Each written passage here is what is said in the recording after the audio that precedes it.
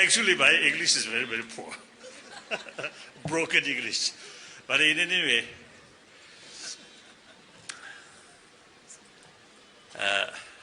my age, I think around,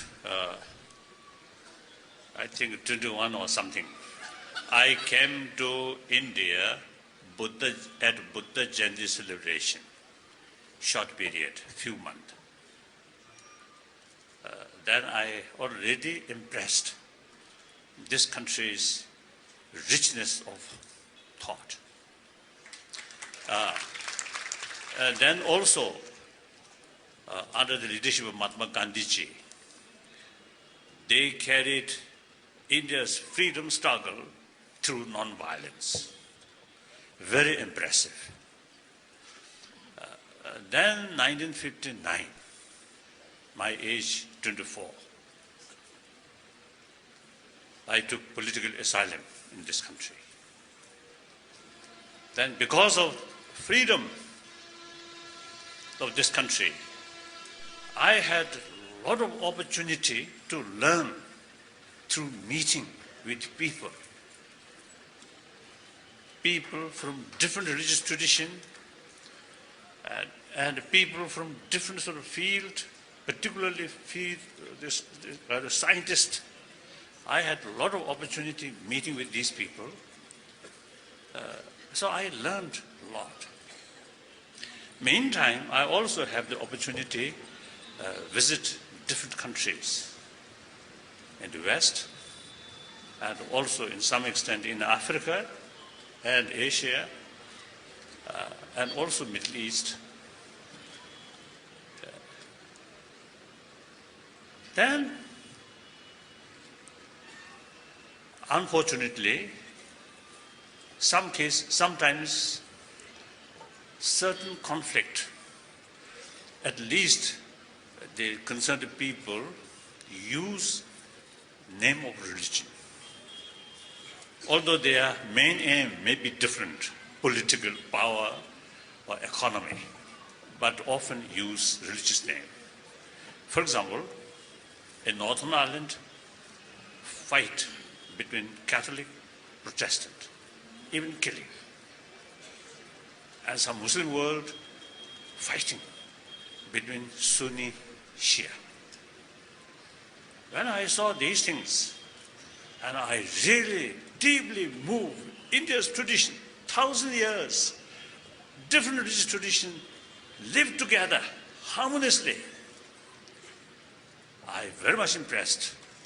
Of course, little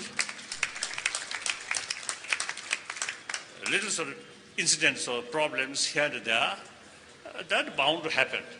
This is a huge country. So nearly a billion population, some mischievous people bound to be there. But overall, I think this country, I think the last 3,000 years, I think kept the spirit, all different traditions live together, respect. Some time back, at our meeting, you mentioned that one of the major factors for successful democracy in this country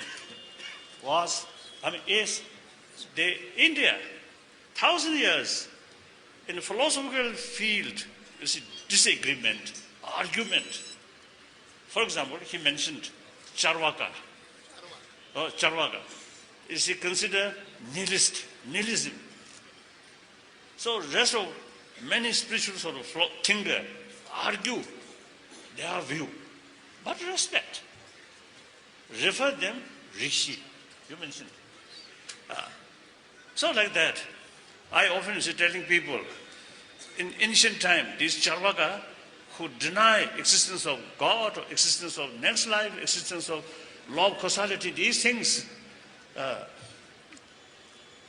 But you see, people, so these people, I usually call ancient non-believer. So Indian tradition respect these people. So that means today we also respect modern non-believer. Modern, or say Kasa Disabni. Kasa. Atheist, I think atheist, isn't it? Atheist. Oh. So that's India's richness.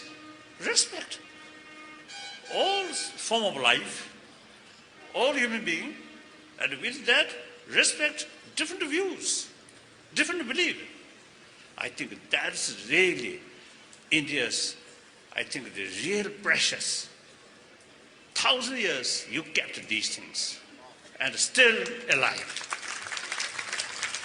Then another thing, India's 1,000-year-old concept of ahimsa, non-violence. When I saw so many bloodshed,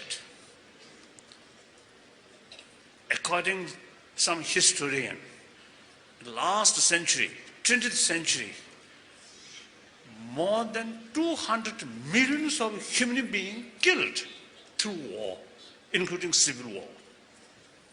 So I usually call 20th century become like century of bloodshed, century of violence. Now, since we notice, you see, that century, so many killed, so many suffering took place. And still there are a lot of problems remain there. So therefore, now this century, 21st century, should be century of dialogue, century of non-violence. So now India, you have 1,000-year-old concept of non-violence. So now two things, concept of harmony among all religious tradition and concept of ahimsa. These two things are, I think, this country, Bharat, kept 1,000 years. Now time come, this must show rest of the world. India's these two traditions should be model of rest of the world. This is how I really feel.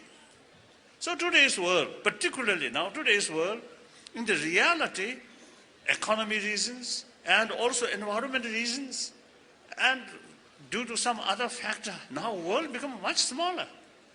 And each continent, each nation, now heavily interdependent. Under that circumstances, you see, the 1,000-year-old India's tradition is very, very relevant. So now I often, you see, when I met, you see, my Indian friends, and not only friends, as you mentioned, I usually describe myself as a son of India. Except, you see, I have no beard here. So I may hire something from here. So except that, you see, and sincerely, seriously, my brain here, certain my sort of views and certain sort of philosophical thinking, all this come from India, Nalanda tradition. And then physically also, now last 51 years, this physical fed by Indian dals and chapati and Indian rice. So therefore, reality, and realistically speaking, I'm a son of India. So therefore, wherever I go, I always carry these ancient Indian thought, two things, ahimsa and pluralism of religion and harmony among different religious traditions. And also,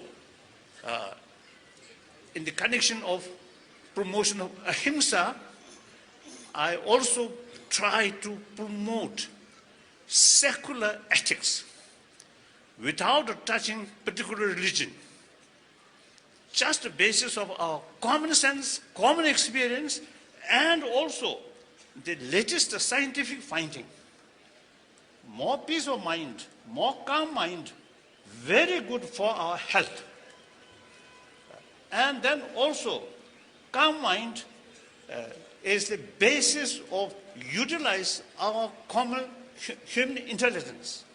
Once our mind disturbed by destructive emotion, then our brain, which judge more holistic way, that can't function. So therefore, two reasons for health reason calm mind is very essential. And second, in order to utilize human brain properly, calm mind is very necessary. One, my scientist friend, one American, I think his age, now I think, I don't know whether he alive or not. If he alive, I think now 90s, who has a specialist about the mental problem. So he mentioned, once I met him, he mentioned, when we develop anger or hatred, the object which we feel, you see, the angry or anger or the hatred, you see, that object appears very negative. But in reality, 90% of that negativeness is mental projection, not reality, because of anger. Similarly, attachment. It appears very beautiful, but actually, again, 80–90% are mental projection. As soon as the mental attitude change, then your attitude also will change. So, you see, we can't see the reality. Without seeing or without fuller knowledge about the reality, then our way of approach becomes unrealistic. So therefore, it is very, very essential to know the reality. Through one dimension, you can't see the reality. We must look any event, we must look from 3 dimension or 4 dimension, 6 dimension with calm mind. Then we get the fuller picture of the reality. With that fuller knowledge, our approach become realistic. Through unrealistic method, it is quite sure you will not get satisfactory result. Our approach must be realistic. For that, we must know the reality also fully. For that, calm mind. For that, investigation is very essential. In order to carry proper investigation, calm mind is very necessary. So, using these reasons, I usually say telling people, compassion, warm-heartedness is the one major factor to create a calm mind. So, beautiful music may bring calmness on mind short period. But compassion or tremendous of faith will bring calm mind more durable. So if you practice compassion or genuine faith in early morning, the rest of the day, your mind comparatively can be more calm. So whether believer or non-believer, it is everybody's sort of benefit. So that's the way I usually call secular way of approach these inner values. So like that. So these also, you see, I learned from your tradition. Therefore, I always feel proud to say I am son of India. And then also, I usually describe relation between Tibetan and Indian, like a relation between Guru and Chela. Now you are Guru, our Guru. We Tibetan, Chela.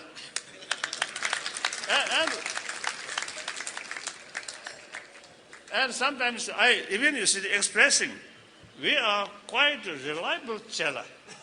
Because, last, I think 1,000 years, while there is Nalanda tradition and some other Indian tradition, particularly the Nalanda tradition, a lot of damage took place, their own homeland. During this period, we kept intact Nalanda sort of thought, Nalanda school of thought. So that proves we are quite reliable Chela. So therefore, you see, our relation is something very, very unique. So, whenever I participate come to participate gathering of this big sort of gurus, or gathering of gurus. Some gurus a lot of beer, some guru without beer. Even you see not here. I always happy, feel, this is sort of group of 1,000-year-old our home. So thank you very much. Thank you.